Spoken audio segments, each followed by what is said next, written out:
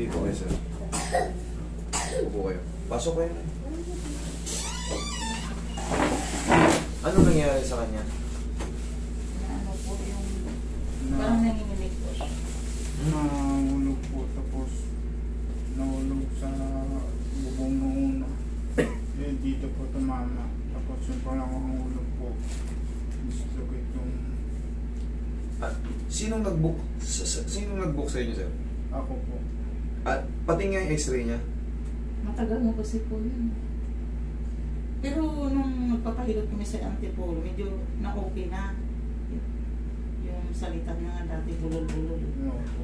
Pero may kasamaan kasi siya dito nagpahilot, kaya dito na naman. Oh, ba't di nyo pa tinuloy doon? Eh, baka na. 2 beses lang.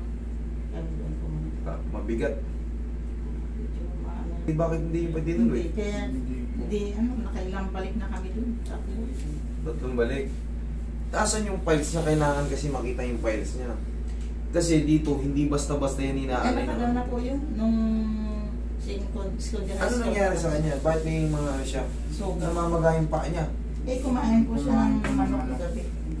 Hindi, bakit po siya nagkakaganyan? Hindi naman siya namamaga, kaso lang, pag kinain niya ng malansa na namamaga. Kaya nga po, bakit nga po, ano po yung diagnose sa kanya? Wala naman Eh, ba't po. naman kami kumakain tayo ng itlog? Hindi po may sugat kasi siya. Ma'am, hindi katwiran yung sugat, ma'am. Ako dami ko sugat po. Kapag kumain ako ng manok, hindi ganito, parang puputok. Diabetic po ba siya? Wala po. Inano Oo. rin namin, ang tagal namin sa ospital, pabalik-balik, wala rin. Merong ibang condition to si sir kasi lahat tayo halos kumakain ng manok, itlog. Pero hindi ganito. Pagka kumain, kailangan yan ma-diagnose siya.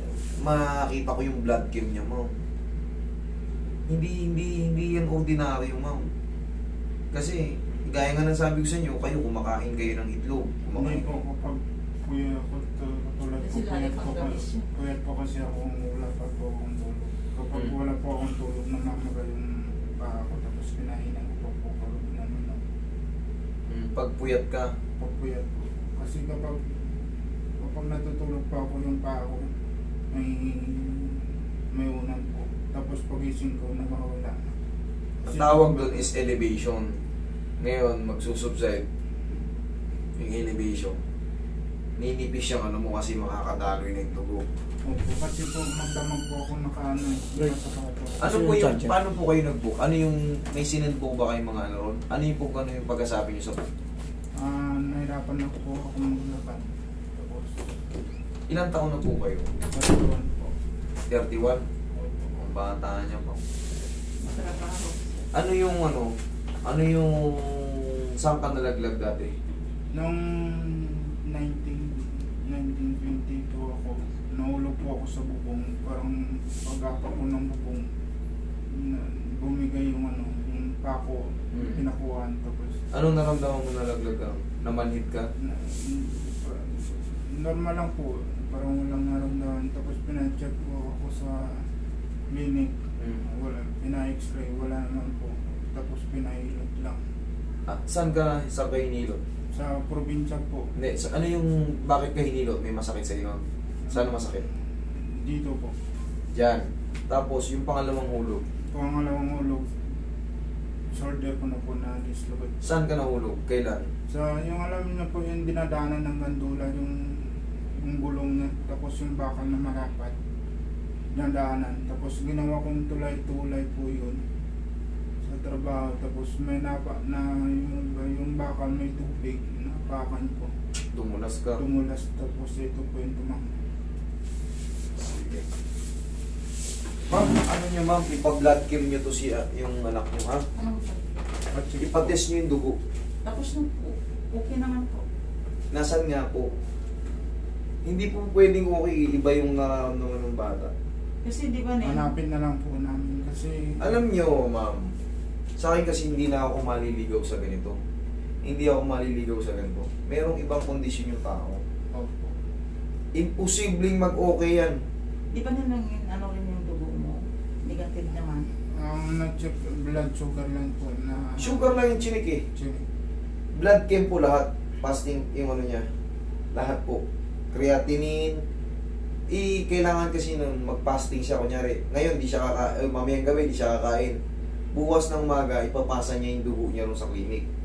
Babasahin yung ano, babasahin kung ano yun. Ganito example mo.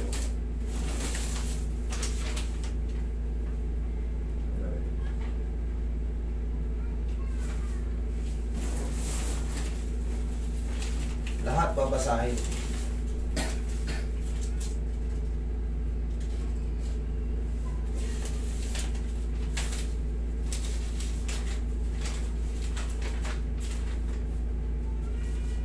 Gusto mo po sa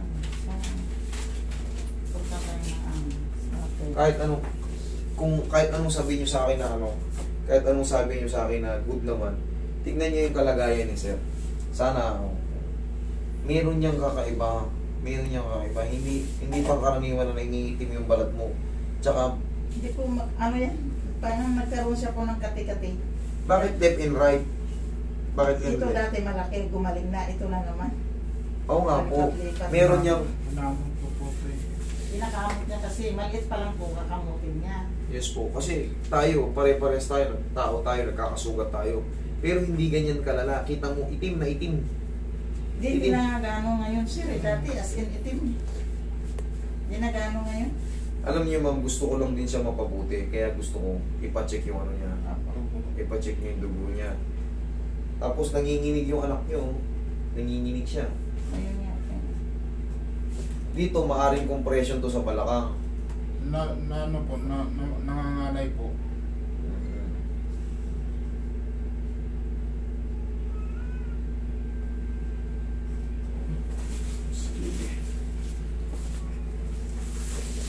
Para maagapan po, bata pa naman siya eh. Para maagapan, huwag yung hayaan ano, huwag yung hayaan siya ng kainin ng ano, karamdaman niya. Kasi tayo, pangkaraniwan tayo kumakain ng manok, itlog. Hindi naman tayo nagkakaganyan, no? Kita niyo yung likod, oh. Medyo maputi-puti niya ngayon. Dati as in maitim. Kaya nga ibig sabihin dati nang may problema, ma'am. Puro kati kasi po yun, oh. Puro kati. Nagkaroon silang kati dyan. Sige. Yun na lang, ma'am, ha? Sana. Kasi ito, sabihin na natin ano, kinarati ko siya, hindi yan kagad mawawala lahat. Opo. Hindi yan kagad lahat mawawala yung nararamdaman niya. Walang inopera sa'yo. Walang inopera sa'yo. Wala. Nung nalaglag ka, tumama ba ulo mo? Hindi ko lang po alam. Nakatulog ka? Nung tumama po, tapos doktor ko dyan sa isabi niyo. Pero, bakit hindi kayo nakakuha ng files? Kahit x-ray mo lang. Mayroon po. Nasaan? Sa bahay. Yung pa sa MRI mo, di ba doon? MRI lang po. Yan ang sinasabi ko. Nandun pala eh, ayaw nyo bang sabihin na meron eh, nandun pala eh.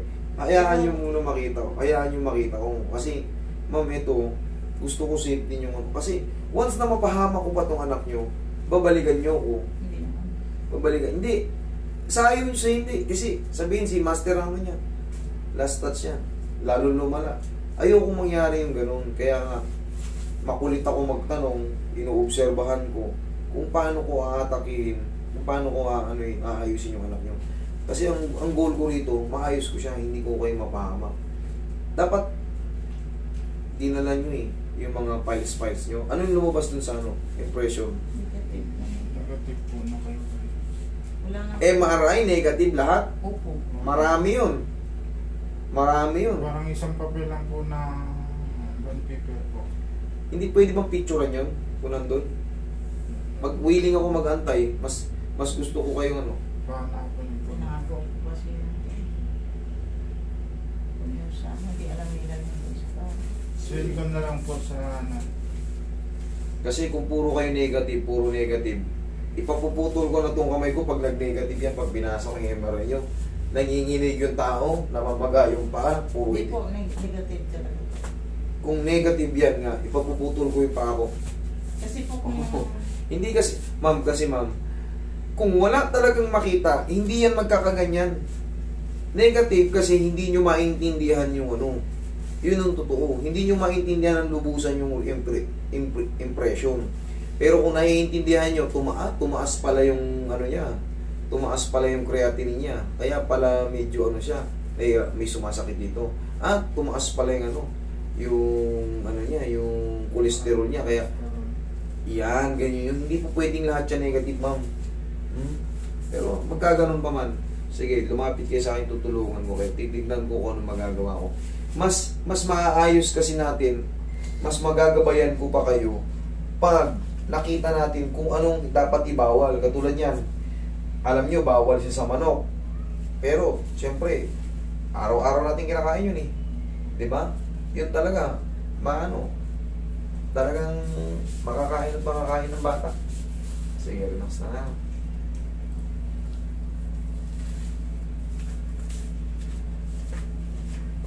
Pasensya na kayo, ako gusto ko lang.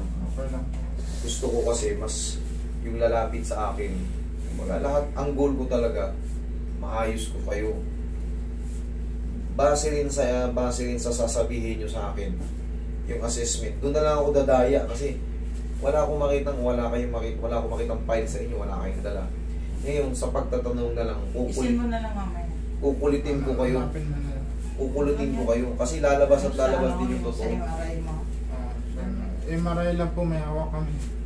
Alam nyo, mas maganda yun. MRI kasi, talagang detalyado yun. Kaya kong umintindi niyan. Kaya kong umintindi yun.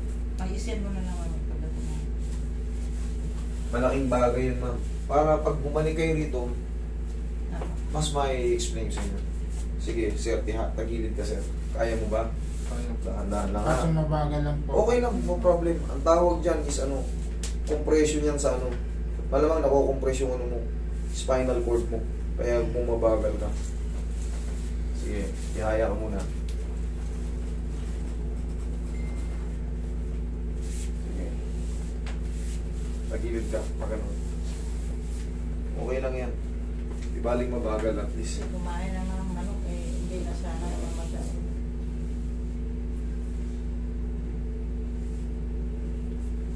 Okay.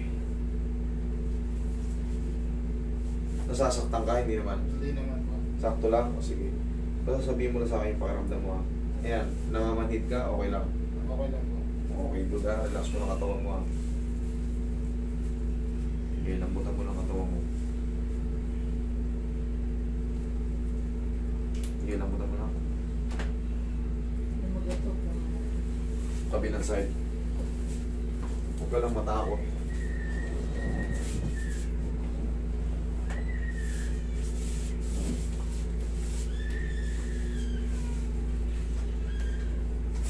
Sige, nasa na rin. Sige, lambutan mo ng katawan. Lambutan mo lang. Okay po. Sige, huwag mo na banan ha. Ayan, sige. Isa pa. Adobo. Naisa. Sasaktan ka, okay lang. Sige, tapa ka, kaya mo tumaba. Sige. Tutuloy mo. Sige, labas mo yung katawan mo. Yan.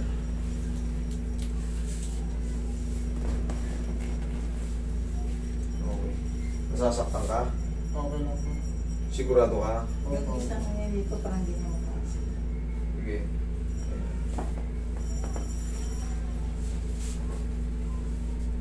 Nakakahinga ka na maayos? Opo. Okay, relax na ha. Okay, relax na. Relax na.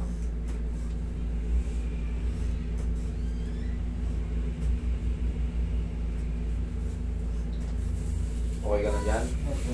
Okay, masasin mo siya rin. Sige, dahan-dahan lang. Sige, kaya nga.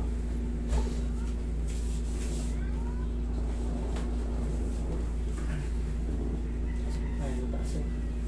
Okay. Sige, lagay mo sa dibdib yung kamay mo. Yan, relax ka muna. Okay, straight ka lang. Okay, lambutan mo lang katawan mo ha. Okay, lambutan mo lang. Okay, lakasan mo. Inhale. Exhale.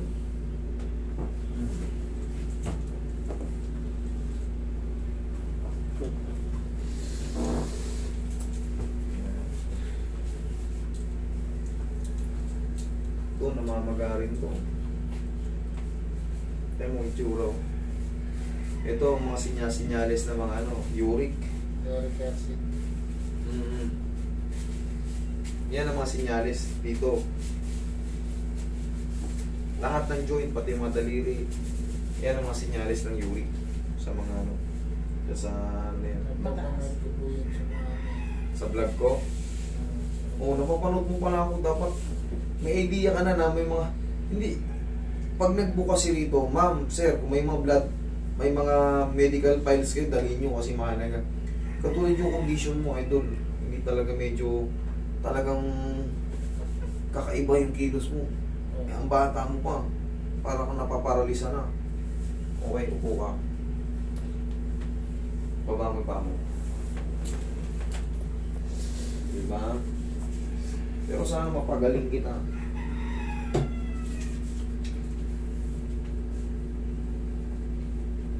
Tatapakda yan, trabaho na pa, tapos pag-uwi, maligo. Kahit pagod, maliligo. Sisingilin talaga tayo. Ganyan yung sinasabi ng mga magulang natin. Sige, ganyan. Paguri mo yung sarili mo, tapos magbasa ka agad. Sige lang. Pag edad mo, puyat ka pa. Maliligo. Puyat ka, sige, maligo ka.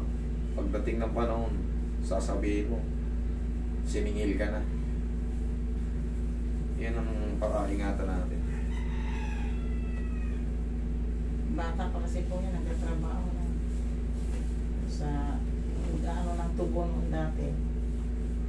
Makapas ng tubo, tapos magbabasa. Ito yung di mangat, di ba? Opo. nangangalay lang po. Pero Yan. naangat ko po. Pagkabot sa matagalan, nangangalay po. Sige. Angat mo nga, sarili mo angat. Sige, angat. Nangangalay pa o okay naman? Okay na po. Okay. Thank you. Kabila. Dito po, walang problema po. Okay, sige. Wala pang problema yun. Dito tayo mag-focus sa spine mo. Sir, tayo ka. Tuturuan kita ng mga exercise mo sa bahay. Sige, magsinelas ka. Sinelas ka. Tapos po, kapag Pag ano, minsan po, nagpalakad po ako patalikod. babaliktad ka. Opo. Hindi ka, imbalance ka nga eh. Imbalance ka. Sige, ayusin mo sinelas mo. Ayusin mo sinelas mo. Ayusin mo. Okay po. Roy, hindi ka. Buka mo yung ano mo. Ayusin mo yung sinelas mo. Ayusin mo. Ayusin mo. Suot mo siya. Suot mo na maayos. Suot mo na maayos. Para hindi ka makot-balance. Suot mo. Okay po. Buka mo to, buka. Buka. Okay. Sa balakang ka rin.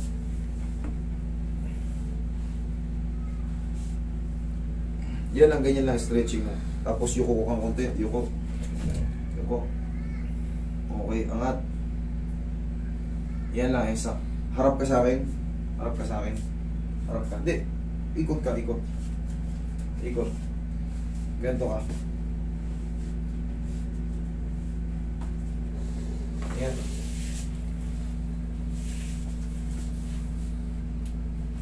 Tuhod, angat. Kabila. Sige, sige, angat tuhod. Angat kabila. Yan lang. O, tapos, yung ginawa ko kanina, buka mo yung paa mo. Buka mo yung paa mo. O yan, sige, gano'n. Yan. Yan lang sa maga. Kahit mga ilang beses lang. Okay? Gilakad ka nga. Gilakad ka ulit.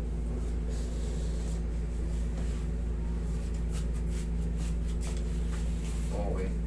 Sige, kung bibilis ka, pero nanginginig ka pa. Ngayon, sir, sa susunod na linggo, dalhin mo yung files mo. Obserbahan mo yan ng 3 to 4 days. Tingnan mo kung mababawasan yung mga nginig mo. Okay? Tapos balik ka rito ng